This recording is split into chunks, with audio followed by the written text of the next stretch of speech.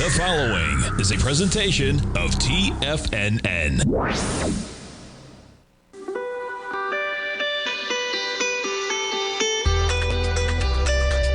The Morning Market Kickoff with your host, Tommy O'Brien.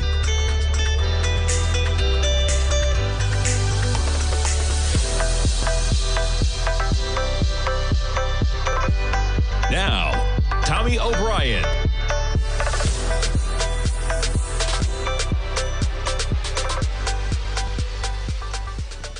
Good morning, everybody. I'm Tommy O'Brien coming to you live from TFNN just after 9 a.m. Eastern Time, Wednesday morning. It's Fed Day, folks. We kick things off. Quite the pullback yesterday. S&Ps come into the trading session yesterday at about 39.28.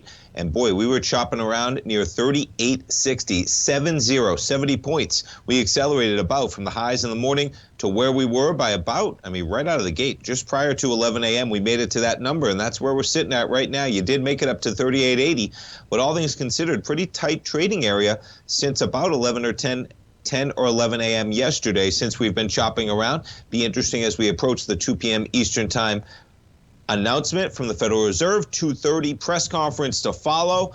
Should be an interesting one, to say the least, folks. NASDAQ 100. You accelerate from about 300 points, 11,600 down to 11,300 by the end of the day. We're technically positive by 3 points in the NASDAQ 100. You got the Dow. Gives up about 500 points yesterday. You're sitting negative 75 points on the session. The Russell right now negative by 5 points. Crude. Quite the volatility, man. From Monday at 85.50, almost make it to 90 yesterday. And look at the sell-off we had from about 1:32 in the morning, from 89.60 down to 87.80. Right now, crude only basically changing about 10 pennies on the session. But boy, you talk about two-way action right now in the crude market.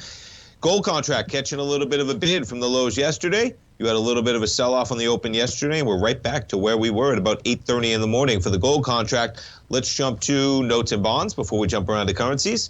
You got the 10-year. Boy, quite a sell-off, man. When I came on the air, I think, check it out. So when I came on the air yesterday, you had the 10-year at about 111.16. And by the time I got off the air, it was approaching 110.23. Pretty remarkable action, and that's pretty much where you have things chopping around. You got the 10-year at 4.03%. The yield on that 10-year. 30-year right now, up by 15 ticks, but pretty much right where you collapsed to yesterday, which was where you were kind of on Monday's action as well. The 10-year, you check it out, right? Basically right down to that acceleration on Monday's lows of 110.22 with the 10-year yield, as I said, above 4%. Let's jump over to the VIX Volatility Index. Yesterday, pretty low action on terms of how this market was reacting, right? You did get a spike to 26.34, but check it out. The S&P, okay, you sold off 70 points from where you were in the morning in the S&P. And you had the VIX basically close where you were at 9:30 in the morning. Not sure what that's saying, but we have a slightly elevated VIX this morning at 26.35. And now let's jump around to some currency action. Dollar index. That was a big reason yesterday in terms of tying everything together. 111.78. The trend line you're looking at there on the dollar index. Are we bouncing off that to potentially head lower? Well, we got a little bit of a rejection right now, man. That was yesterday's action right up to that price level. And since then, we've traded a little bit lower on the dollar index. Now, it would make sense if the Fed is going to come out dovish, that what's going to happen? You're going to have lower yields in America. You're going to have lower demand for U.S. dollars to chase those yields. So you would have a lower dollar index.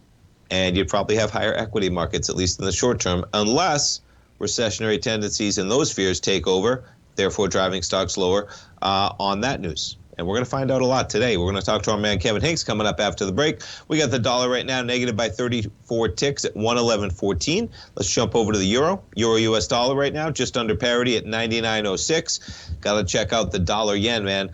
Dollar-yen giving up some of the gains, but you put this thing on a daily basis, folks. Yeah, that's higher highs and higher lows. And we are just backing off barely. And we've had two pretty dramatic interventions in the yen. The first one going back to September 22nd. Look how that one just got left in the dust okay? And then the most recent one coming October 21st, we're still well above where that price action was, chopping around at about 147 in the yen right now. And that, of course, weighing on most commodities in a big way. And with that in mind, let's jump around to some of the news we have this morning. We'll kick it off with, what are we going to kick it off with? A little Fed headlines. To hike big again and open the door to a downshift. That seems to be the consensus from everything I'm hearing out there. And boy, you talk about it. What's going to be the communication, right? What is even the goal of the chairman? And if he has that goal, how does he convey it correctly? Because it seems like there's been a few missteps in terms of the market getting a little bit ahead of itself just by hearing the word data dependent. Fed may slow soon, but doesn't want easy financial conditions. It's kind of the game of it all, as in, if the market thought the Fed was going to hike forever, that would really calm things down, right? And they don't even have to hike forever. The market would just have to believe it for people to really tighten the ratchet. Well, if the market believes that the Fed's going to start pausing and start potentially cutting next year, that's less of a reason to cut. And so it slows things down less further. So that's the task ahead of the chairman today at 2:30 p.m. Eastern time. So this will bring the rate to 3.75 to 4. And there's been a lot of talk that the rate maybe settles somewhere around 5, okay? Economist surveys and whatnot, recent surveys out there. So if they get to 3.75 to 4, that means maybe they have 75 to 100 basis points left is what people are thinking right now. And if that's the case, you probably start pairing things and maybe go 50, 25, 25. Maybe you go 50, 25, a break, and 25. But we may be there. And so how does he convey that, though, without saying they're still going to be data dependent? Because that's going to be in there, man, because they are, okay? Now, we had job openings yesterday. Shocked this market. Let's tie back to that article, okay? This one coming out yesterday morning really sent a frenzy in the market as well. Job openings surged in September, okay? Employment openings for the month, 10.72 million. The market was looking for 9.85. Folks, do you remember, and I wasn't around, right? But this is not how things work when the market is really being cooled and people have fear setting in of a real tightening of the belt. You don't have a million extra jobs out there, okay? It's supposed to be tough to get a job, which is why people don't have as much money, so you slow down the economy. It's not supposed to be a million extra jobs than the market was thinking out there. So that was the headline yesterday that we all saw. And then getting back to, we have the jobs report today. ADP private payrolls rose 239,000 in October, better than expected, and wages increased 7.7%. Market was looking for 195,000, up from the previous month. Most of the gains came from leisure and hospitality, adding 200,000, while wages rose 11.2% for that sector. You talk about it, man. Wages catching up, especially in the sectors that are heating up the most. So it's a beat for jobs, right? All of the job growth came from the services-related industry. Now, this is private payrolls. We get non-farm payrolls less than 48 hours from right now on Friday morning. All of it came from service-related industries, 247,000 jobs added. So without service, man, that would be it. Goods producing lost 8,000. That's 20,000 in manufacturing, trade, transportation, and utilities rising by 84,000. So strong numbers, man, ahead of where we get the numbers on Friday. And construction and information down 17,000. Professional business down 14. But yeah, we get the chairman for the main event, 2:30 today. But guess what? We get the main event before the main event, talking to our man Kevin Hincks coming up next. Stay tuned, folks. We'll be right back.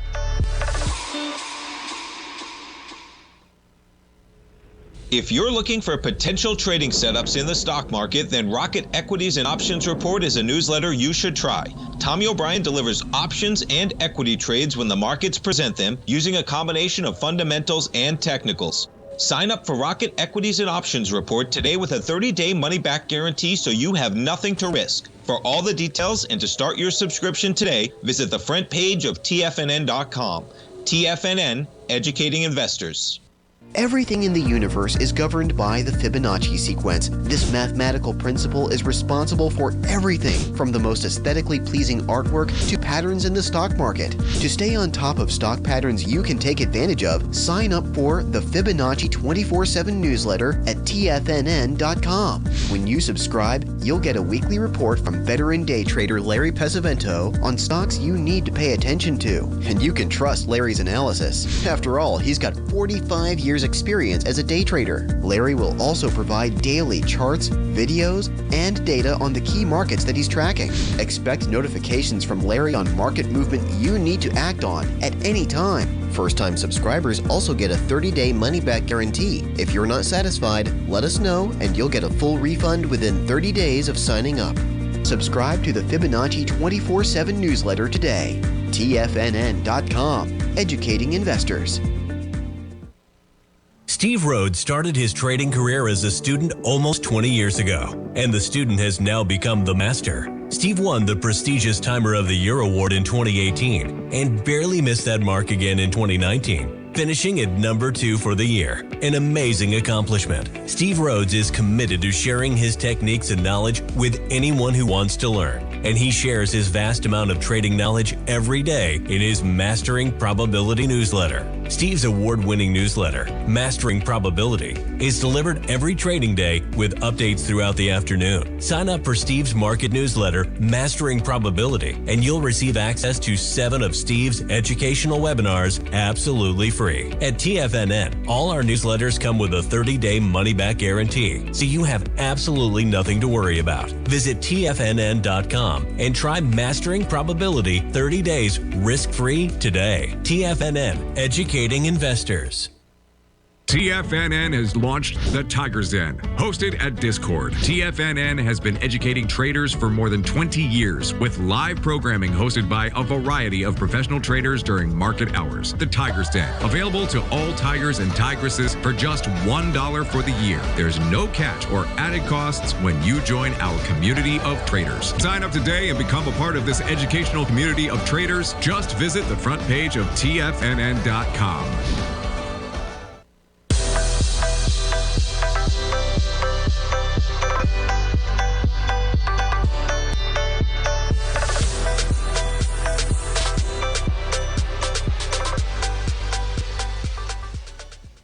Welcome back, folks. We have the S&Ps negative by 7 points right now, right near the session lows, 38.58. NASDAQ 100 barely in the red. You get the Dow off by 96 points.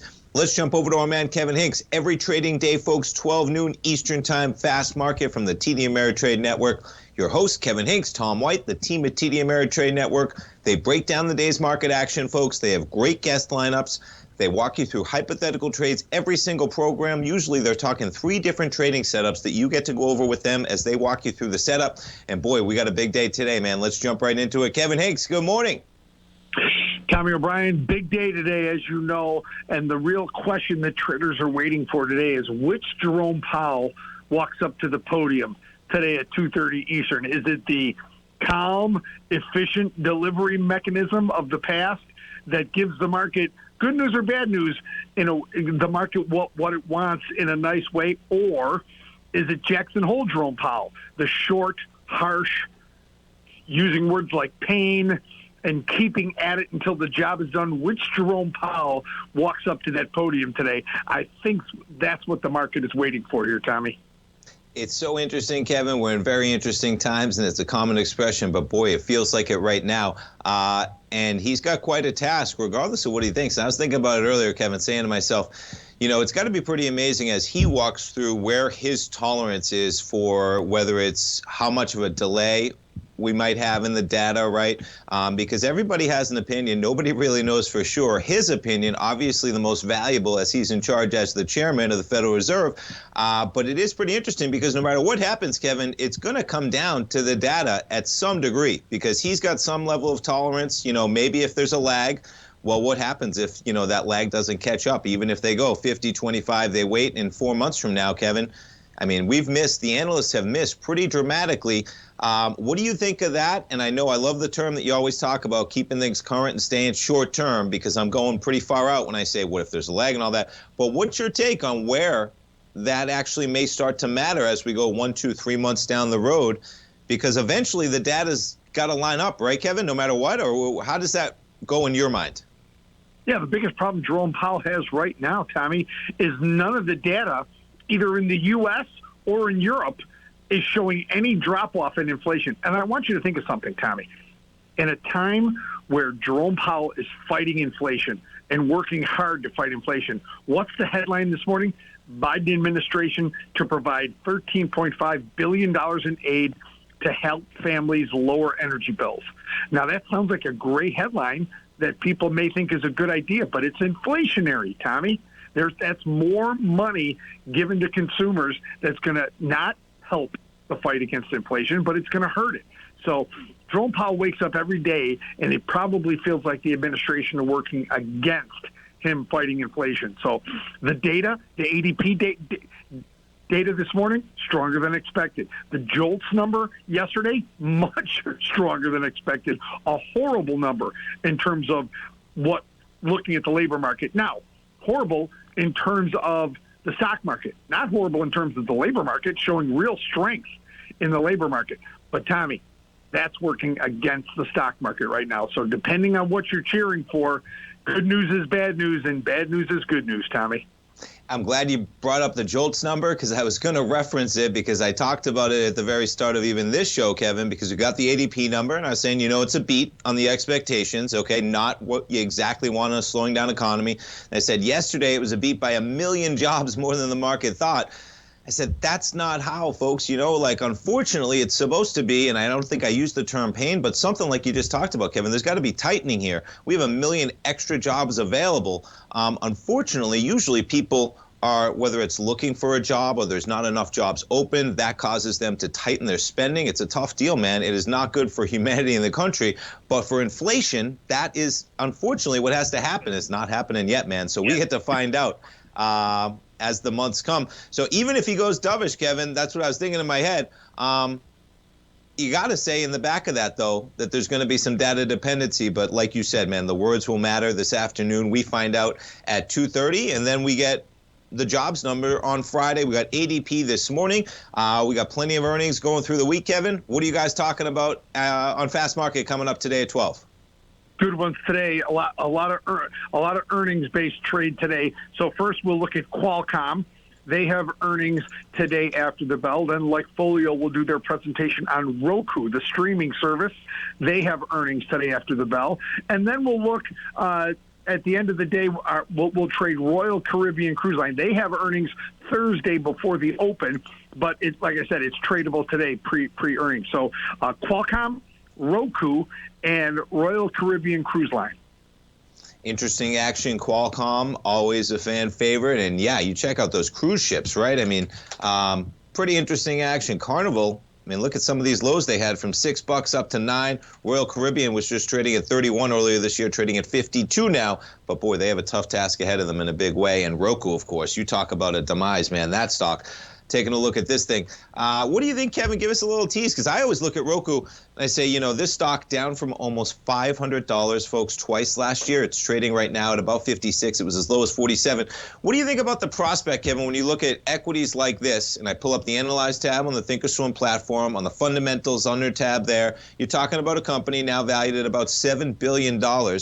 And they're a pretty big gatekeeper to the streaming business when it comes to possible acquisitions. Where does your mind go for something like that, Kevin, as that starts to creep into an investor's mind about the potential value of a company for other companies, whether it's Netflix, Amazon, Apple, et cetera, for a company like Roku? Give us a little tease of the action for this afternoon's Fast Market. When you look at a company like Roku, there's a real baby in the bathwater kind of theory about why this stock sold off, right? They're not profitable yet. And so in this growth, where growth got attacked, they fell under the knife of, the attack that was on growth stocks. Now, you can make the case also that it got way ahead of itself during the pandemic and probably needed to come down. The question is, what's fair value? Where does this become a value play and not just a growth story? And then the question is, Tommy, when does growth come back into favor? And when do all these growth stocks that have been absolutely destroyed start to come back into favor. And so there's the questions you have to answer. We all know that Roku's a good company and the stock is valuable, but when and from what level, Tommy? And what you have a phrase, Kevin, I think you said before, that at some point you can be a buyer, at some point you can be a seller of anything, depending on how the market is valuing it, right? Exactly. And maybe this is a point, and I don't think many people would have realized or wagered when it was pushing almost 500 for the second time last year that you would be. And the remarkable thing, folks, learn these markets, check out Fast Market. They do a great show every day. But boy, Kevin, never say never, because if you had said next year, could Roku be under the COVID lows of $58 by the next calendar year? I don't think that would have been possible in my mind, in many's mind, even knowing what the market did. And there we are at $47. Well, Kevin, I appreciate you taking a great reason to trade risk defined, because Exactly. You do never say never. I couldn't agree more, Kevin, man. That's why I love your program. And folks, I like to say a saying, if a probability is greater than zero, as small as it may be, consider it may happen, because sometimes it does. That would have been a very, very, very small percentage chance that happens, and boy, it came in. And if you weren't protected, man, that's like a 90% banger to the downside. Kevin, I appreciate the time, man, as always on a busy day. Have a great program. We'll be listening at 12 o'clock, and we'll talk to you tomorrow, man. Thanks for having me on, Tommy. Have a great day. Always a pleasure. Folks, check out the program, especially today. It'll be a good one at 12 o'clock, and we'll be right back for the open. Stay tuned. Currencies, commodities, and bond markets are as important as ever right now with how they're driving the volatility in equity markets across the globe, which is why it's a great time to try out Teddy Kegstad's Tiger Forex Report. Teddy Kegstad breaks down the Forex markets every Monday using his 30-plus years of experience as a trading veteran of futures, Forex, stocks, and options. Teddy releases his weekly Tiger Forex Report every Monday morning with coverage of all the major currency pairs, including the dollar index, the euro dollar, pound dollar, dollar Swiss, dollar yen, as well as many more, and he also has weekly coverage of the crude oil market and the 30-year T-bonds, as they both influence Forex markets tremendously. When you sign up for the Tiger Forex Report, you also gain instant access to Teddy's 60-minute webinar archive he just hosted, Forex Strategies and Fundamentals, What is Behind the Tiger Forex Report. For all the details and to start your 30-day Tiger Forex Report subscription today, visit the front page of TFNN.com. TFNN, educating investors. TFNN is excited about our new software charting program, The Art of Timing the Trade Charts. In collaboration with Tom O'Brien and using his best-selling book, The Art of Timing the Trade, Your Ultimate Trading Mastery System, David White has programmed an outstanding piece of software that will complement any trader's methodology. Using this first-of-its-kind program, The Art of Timing the Trade Charts allows you to scan thousands of stocks for Fibonacci formation setups, including Gartley's, ABC's, butterflies, and much more. The Art of Timing the Trade Charts is designed to help you when scouring the markets for stocks just beginning to form the trading patterns that many investors spend days, weeks, or even months searching to find. And right now, we're offering licenses available at only $79 a month. We are so confident that you're going to love this new charting software that will even give you a 30-day unconditional money-back guarantee. Don't miss out on this incredible new piece of software. Get your copy of The Art of Timing the Trade Charts today by visiting TFNN.com. Sharpening your skills as an investor is like getting better at playing a musical instrument. You have to practice, sure, but you also need excellent instruction from experts. At TFNN, you'll get advice and guidance from the authority in technical market analysis. And it's not just dry, tedious text either. TFNN airs live financial content streamed live on TFNN.com and TFNN's YouTube channel with Tiger TV, live every market day from 8:30 a.m. to 4 p.m. Eastern, for free. Each host is an experienced trader and gives their take on the market while taking calls and questions live from around the world. From the moment the market opens until the closing bell sounds, Tiger TV has 8 different shows with expert hosts to help you make the right moves with your money. Watch online at TFNN.com or on TFNN's YouTube channel and become the investor you were born to be. TFNN, educating investors.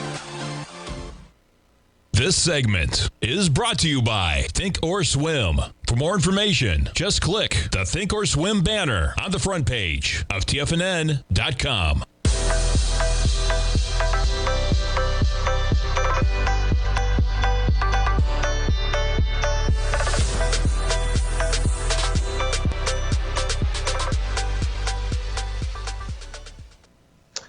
Welcome back, folks. We have the S&Ps. You're negative by 8 points to kick things off. That's a weekly chart of the S&P trading at 38.57. We get the NASDAQ on a weekly basis right now, trading just up by 1 point on the session. Put it back to a 15-minute. Take off some of these Fibonacci's here, so a little bit of clarity. Remove that drawing. You see the drop-off yesterday? The market's just kind of chopping around with where we were on that price level. All right, let's jump around to some of the headlines I got up here today. So you got Wells Fargo. Makes sense, man. They're going to be laying off people in the mortgage staff because U.S. loan volumes collapse. 18,000 loans in its retail origination pipeline in the early weeks of the fourth quarter, down as much as 90% from a year earlier. 90%. Yeah, you better believe it, folks. We jump over to Wells Fargo. And banks catching a lift recently in general. But, yeah, layoffs coming, and you want to talk about mortgages, man. There's a chart of rocket companies. They go IPO. Is that all the way back? No. Yeah, you got to go back to August of 2020. They go IPO, chop around between about 15 and 20 for the better part, and you are at $5 to $6 now. Not surprising, folks. You know, pay attention when something like that. I remember when they were going public saying, you know, there was no reason to raise money. They're not going to use that money for any reason. They were just selling off portions of the company at a valuation that they found probably attractive. Why did they find that attractive? Well, think about it, folks. They sold off a mortgage business to the public in August of 2020, okay? Now, you want to see something. Okay?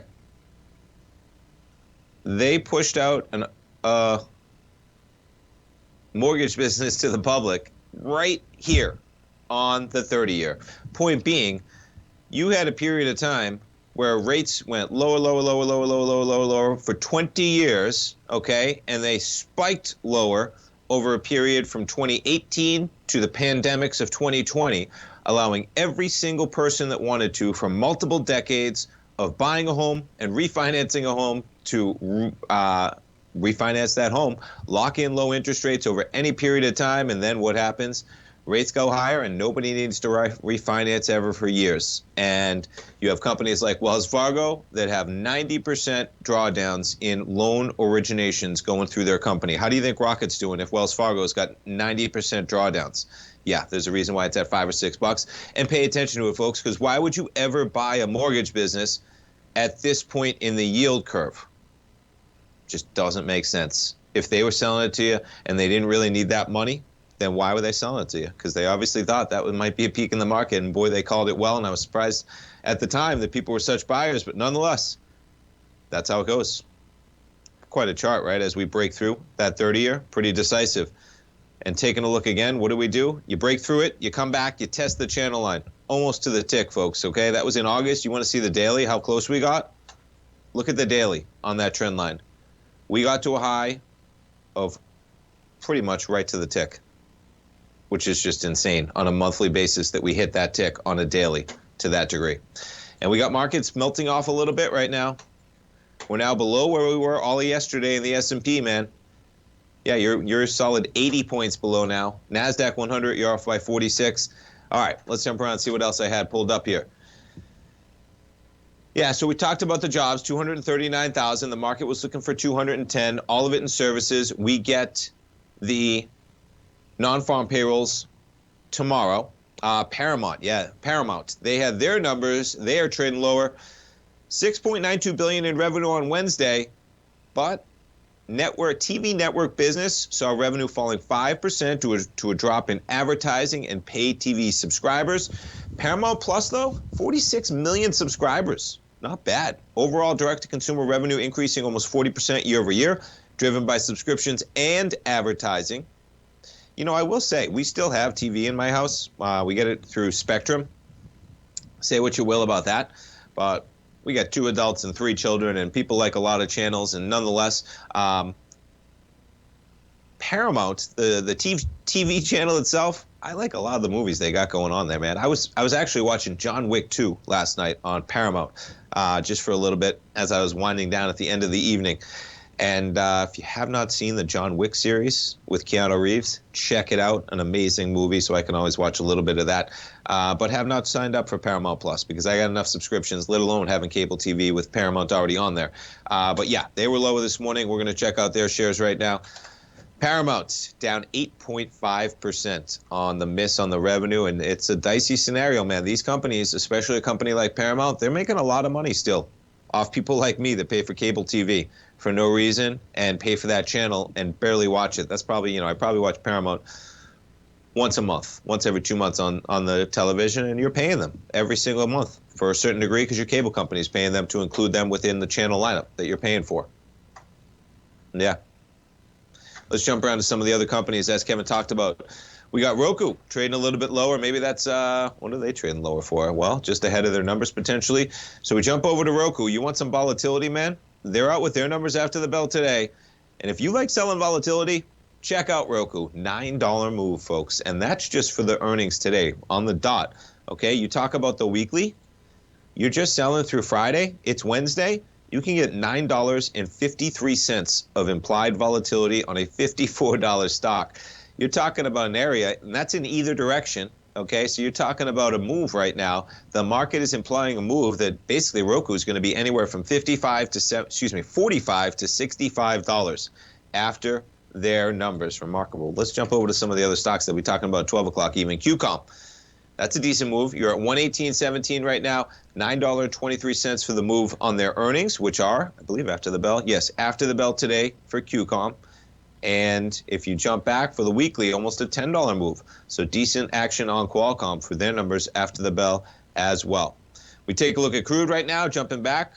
A little bit of a back off with this market. 9 o'clock, we were pushing 88.60. Right now, under $88. 88 on the dot, we'll call it for crude. We jump over to the gold contract. Gold right now, positive by $8. Let's see how the VIX is trading as this market trails off a bit. Not that bad. A lot of optimism right now built into this market in terms of the Fed and the speech coming up at 2:30, folks. You got a VIX pairing levels that we haven't seen since a month and a half. Okay, last time we were chopping around at these levels was September 20th or so. So interesting, we get paired VIX action back to 26. And look at the action here. How many days we're talking about? We're talking about 3, 6, 9, 12 straight days of red VIX, and 13 out of 14 red VIX days, as in less volatility premium, all since October 12th. Okay, but today we got a little positive action coming into 2 o'clock as we get the S&P's negative by 16, the Dow now off by 112. Bitcoin, we check it out. Now you want to see some interesting action, right? Bitcoin, you put this thing back on a 5-year weekly, it's just chopping around at this line, folks, which is amazing when you consider that is where Bitcoin went first started trading on futures almost 5 years ago now. Yeah, that high, 20,650. We're within $300 of that price point at 20,370. Which way Bitcoin breaks? Anyone's guess? Next, we're coming back with our guest, Teddy Kegstad, folks. We'll be talking some Forex. We'll be talking some commodities. We'll be talking some bond yields. Stay tuned. We'll be right back.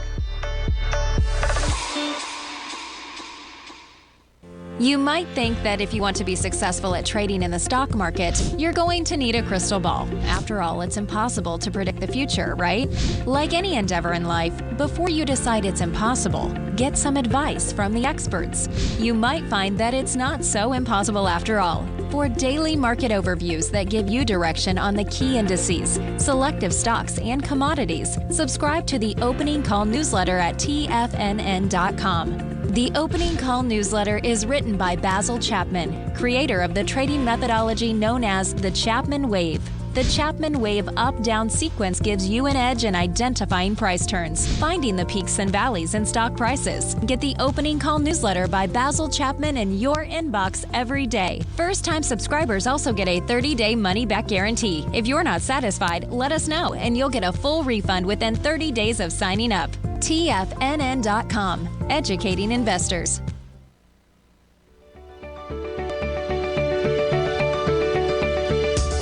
The technology around us is changing every day. With so much happening, it can seem impossible to keep up with all the information.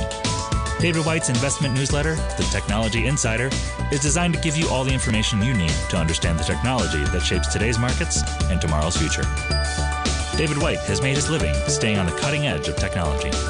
His weekly newsletter will give you specific recommendations for value tech stocks, as well as entry prices, target prices, and stops to set for each trade. Dave delivers his weekly newsletters every Friday with updates throughout the week. You can get the Technology Insider at TFNN.com for only $37.50. Sign up for David's newsletter, The Technology Insider, and get an inside look at everything the technology sector has to offer. Try it risk-free today with our 30-day money-back guarantee. TFNN, educating investors.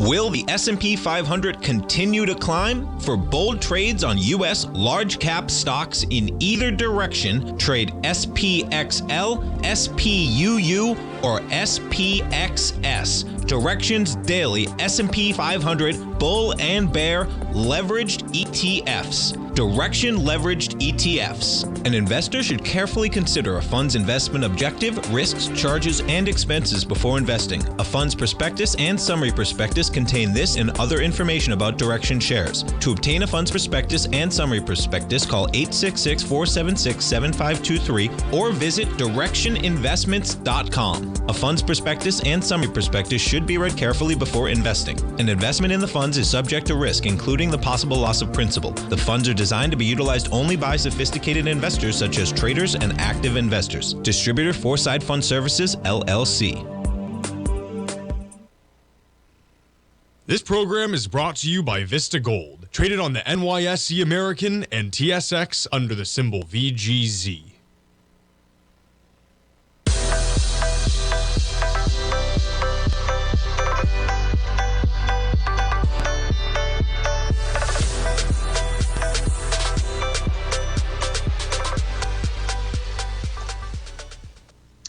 Welcome back, folks. We have the S&Ps right now negative by 16 points, trading at 38.49. And let's jump over to our man, Teddy Kegstaff. Folks, we talk to Teddy every Wednesday at 40 past the hour.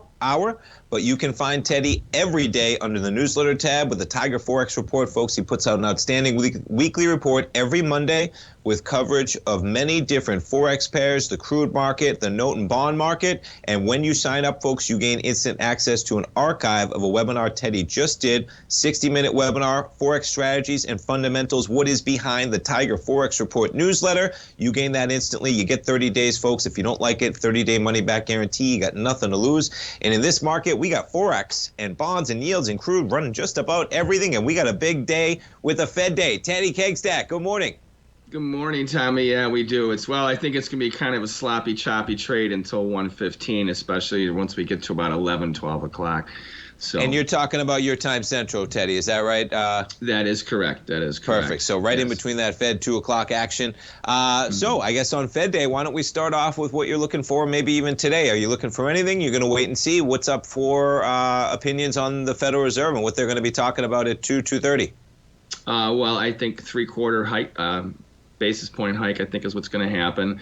I think that, that the news since a week and a half ago, they've been saying, the Fed's going to stop raising interest rates and blah, blah, blah. Well, yeah, they're going to slow, and I think next year would be when that happens.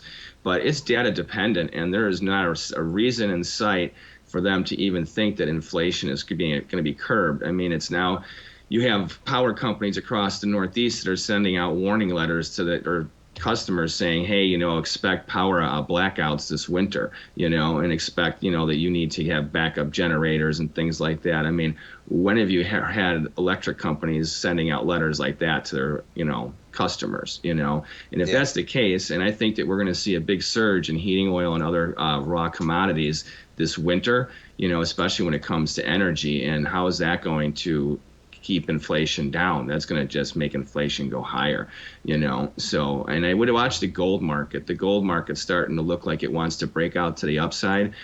And if that happens, I think you're going to start to see, some big swings in the dollar, especially. I think you might have a big drop off in the dollar coming if that happens as well. You made a perfect segue because you were talking about crude prices, and I was thinking to myself, okay, if you're really looking for, an acceleration on energy prices, because in theory, we should be being helped, and it's not just in theory, right? We have a strong dollar, so when it comes to buying worldwide commodities, you should be benefited if you're paying in dollars. So if you're going to see that rise, do we see? I mean, the dollar, it's been quite a run. I guess let's jump to the dollar. We're at 111.31 right now, the dollar index. So are you looking for potentially, as we roll over from some of these higher levels into the future for the dollar? What's your action on the dollar? Well, I still think that right now we're just in a little bit of a correction to the downside with the dollar. Yesterday, anyone who got the Tiger report from the week knows that we came just shy of our upside correction zone for this current rally. We had a buy signal last week in the dollar index going into this Fed meeting. And when we talked last Wednesday, I told you this is kind of what I was looking for, was for yields to pull back, the dollar to pull back into this meeting, which now it has done so. And the question is what is the market perception going to be? You know, I mean, all the media outlets are calling for rates to stop rising and even for maybe cuts to happen next year eventually. Well, that's not happening. That's just not happening whatsoever. I mean, that's the biggest joke in the world. Right now we have a buy the rumor, sell the facts situation being pushed by all the media outlets. And you can tell the markets they don't lie, you know, and that's why I say you got to watch the gold market. So I think in the short run, you know, you're going to see maybe a little bit of dollar problems, you know, where you're going to see a little dollar weakness. Overall, the trend, I think, going into the next few months is going to still be very bullish, the dollar. Next year is when the dollar is going to turn, you know, as other economies globally start to crash. I mean, you have Germany and France this week are now saying that they need to have talks with the United States about trade indifferences, you know, and about how America's, you know, new inflation bill, how that's going to affect Europe and how it's hurting them, you know. And I'll tell you what, it's a fact, you know. I mean, they already did it to themselves as far as their energy issues. Right. Now you couple it with America's, you know, we backed off of China, but now we're doing to the EU what Trump did to China. How is that going to work out well, you know? So, and even if the Fed's looking at, you know, these other central banks are starting to finally raise rates, well, that means that they have to continue to raise rates. Otherwise, the imbalance that they've created starts to shrink, you know, between the yield curve differentials, you know, which is what they want in order to supposedly, in theory, curb inflation, which that's not how you do it anyhow. But that's their narrative, that's their game, and I think they're going to stick to it. You know, I heard you wondering, like, how is Powell going to come out, you know, when it comes to speak, you know, today and also probably in the next week or two. Well, I agree. I think he's going to be like he was when, you know, during the conferences. This guy's not messing around until he sees real data-driven reasons to say that inflation is now being not just curbed, but is pulling back.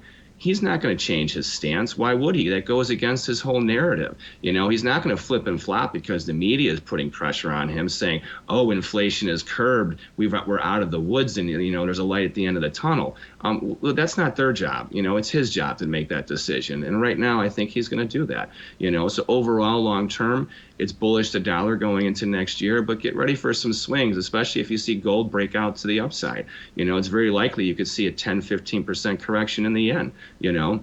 Yeah. Which would not be a big deal at these levels. I mean, if we go from 150 back to 135 and then find a bottom and come back up again, that would be normal volatility. And that's what traders should expect to see, you know. I mean, because that would be a very normal functioning market if we do something like that, you know. So, but I mean, anything can happen, we know that, but that's the situation that we're ripe for. I wouldn't be buying into what you're hearing on all the other outlets right now with saying that the Fed's going to back off. We all have a take. I like your take. I agree with a lot of the take, man. And we get to find out in the future as we go forward, folks, whose take is correct. But that's, and the way you said it, because even if you get a little optimism, which maybe we get at this meeting, probably more so than we've had maybe recently in some of, whether it's Jackson Hole or something like that, I don't think he's going to be that tough, right? But no matter what, and I agree, he's going to wait for the data. So it might be one of those scenarios that, again, he just kind of says, I'm going to wait for the data.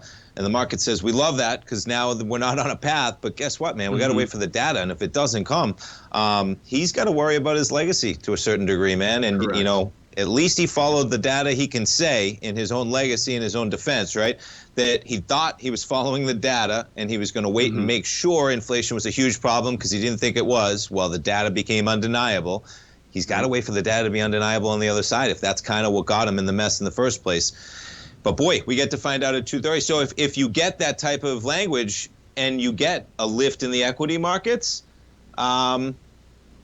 maybe that's a setup for a similar scenario when then we get those CPI prints and we say, hold on, man, if we're data dependent, we got ahead of ourselves going forward.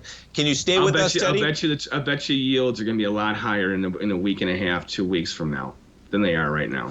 And when I know you look at the 30-year, I know you look at many, and it says that across the board, in terms of the yield, long-term, short-term effectively higher. What do you think? I think effectively right now, short-term and long-term, that the rate yields are going higher. We're going to see them trend higher into December's meeting. Absolutely. Perfect. Unless the chairman changes his tune, and then I'm wrong. Then it Teddy, would be the opposite. We're going to know a lot more when we talk to you next week, man. I appreciate the time Sounds as good. always, and we'll talk to you next Wednesday. Thanks, Tommy. Have a good one. Thanks, man. Folks, we'll be right back. Stay tuned.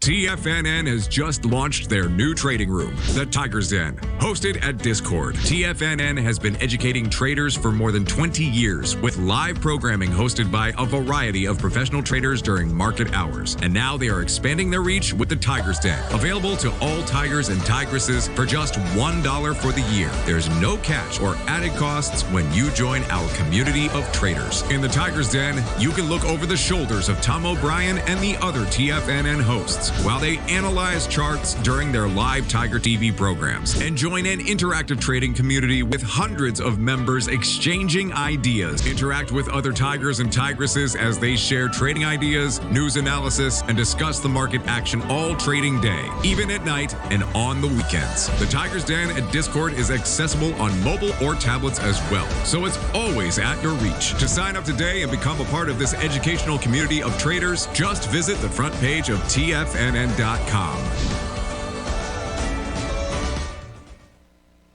You might think that if you want to be successful at trading in the stock market, you're going to need a crystal ball. After all, it's impossible to predict the future, right? Like any endeavor in life, before you decide it's impossible, get some advice from the experts. You might find that it's not so impossible after all. For daily market overviews that give you direction on the key indices, selective stocks, and commodities, subscribe to the Opening Call newsletter at TFNN.com. The Opening Call newsletter is written by Basil Chapman, creator of the trading methodology known as the Chapman Wave. The Chapman Wave up-down sequence gives you an edge in identifying price turns, finding the peaks and valleys in stock prices. Get the Opening Call newsletter by Basil Chapman in your inbox every day. First-time subscribers also get a 30-day money-back guarantee. If you're not satisfied, let us know, and you'll get a full refund within 30 days of signing up. TFNN.com, educating investors.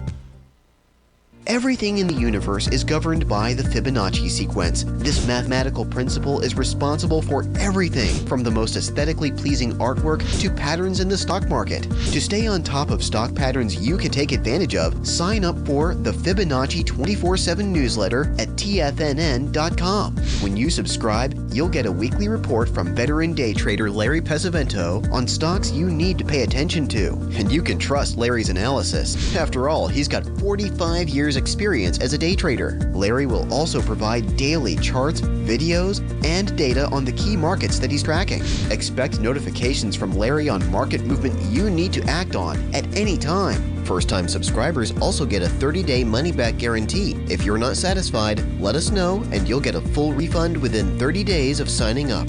Subscribe to the Fibonacci 24/7 newsletter today. TFNN.com, educating investors. This segment is brought to you by Thinkorswim. For more information, just click the Thinkorswim banner on the front page of TFNN.com.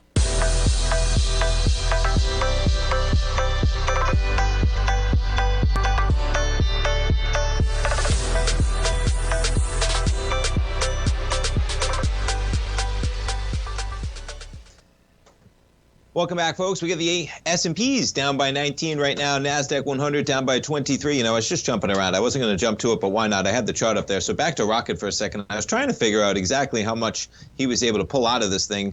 It's interesting. When you go down to Rocket companies, and maybe somebody in the den knows is a different company that puts it all together, because that's only showing 800 million, 115 million shares. But maybe that was it, because I was going back and trying to find the actual articles. Now, interesting, this is back to August 2020, folks, from Bloomberg when they first went public. Be careful when they have to cut the IPO. right? We see how this chart went. Well, guess what? People knew up front, man. Wall Street, they ain't fools, all right? The smart money, they weren't buying a mortgage company when rates were at 0% and had been going down for 20 years, all right? They were trying to sell $3.3 billion. They were trying to sell 150 million shares at 20 to 22. They ended up selling probably around 100 million shares at 18 to 20, and maybe that's why it shows 115 million shares outstanding. But guess what? No matter what they did, they retained 80% of the voting, I think I saw on this at some point. Dan Gilbert, will retain 79% of the voting power. So they push out billions of dollars to the public at that price level, and you see what happens, folks. So pay attention. You're at $5.89 right now, down about 0.3% for that company, and it's going to be a couple of years, I imagine, until that comes back. Because financing, hey, they're getting a bunch of customers. Because anybody buying a house right now, they're going to be in the refinancing business probably in the next 3 to 5 years. Hopefully, as rates maybe come down from the 7% they're pushing right now. But interesting, right? The IPO comes in light in August of 2020, and don't be surprised when you see that type of action. S&Ps right now, we're negative by 18, folks. We take a look at the VIX. You got a VIX slightly elevated, but boy, not that bad from where we've been trading in terms of you're down 20 points today on the S&Ps, but you are down now approaching 85 points from where we started trading yesterday. All right, folks, stay tuned. We got our man Basil Chapman. He's up next with the Tiger Technicians Hour. Then we have our man Steve Rhodes. At 11 o'clock, we have Fast Market at 12. You heard them. They're talking QCOM, right? They're talking Roku. Interesting stocks. One more in there as well. And then we have our man Larry Pesavento at 1 o'clock. Dave White at 2 o'clock. And Tom O'Brien, my dad, wraps it up from 3 till 4. It's Fed Day, folks. Stay tuned. Basil's coming up next.